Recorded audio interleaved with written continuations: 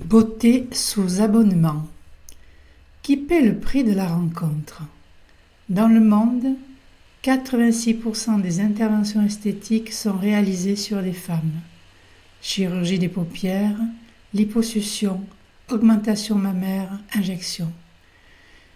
Les hommes ne représentent pour le moment que 14% de ces actes, concentrés surtout sur le visage ou pour traiter la gynécomastie.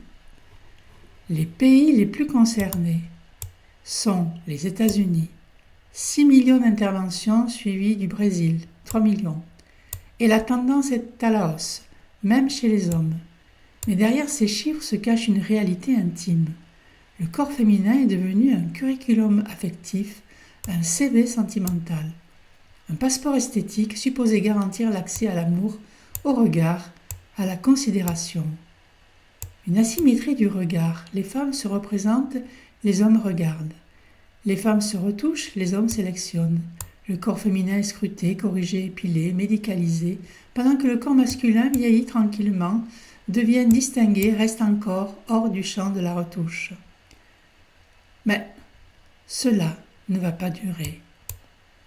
L'industrie va réellement aussi capter la figure de l'homme. Pour le moment, nous sommes devant le paradoxe de la liberté. La société répète « tu es libre, tu choisis », mais dans quel climat ce choix s'exerce-t-il? Quand toute déviation esthétique est punie par l'indifférence, le rejet ou l'oubli, peut-on encore parler de liberté? Ce n'est plus un acte de coquetterie, c'est une stratégie de survie.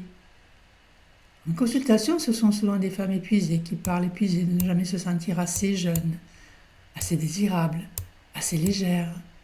Elles doutent d'elles, puis de l'amour qu'on lui porte. La séduction est devenue performance et la relation audition. Derrière le selfie, il y a une question primitive. Suis-je visible? Suis-je aimable sans maquillage, sans retouche, sans protection? L'amour est donc conditionné à la conformité. Sur les applis de rencontre, on choisit plus qu'on ne découvre. Chaque rendez-vous peut être le dernier, chaque défaut une disqualification. La beauté devient une assurance anti-ghosting et l'amour un espace marchand. Pendant ce temps, une industrie prospère. Clinique esthétique, institut de beauté, coaching, filtre, extension des cils, ce n'est pas la beauté qu'on vend, c'est la peur de disparaître.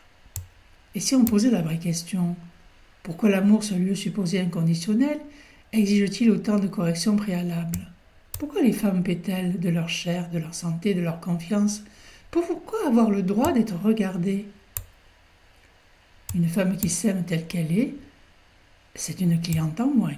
Alors l'industrie veille à ce qu'aucun ne s'aime trop longtemps.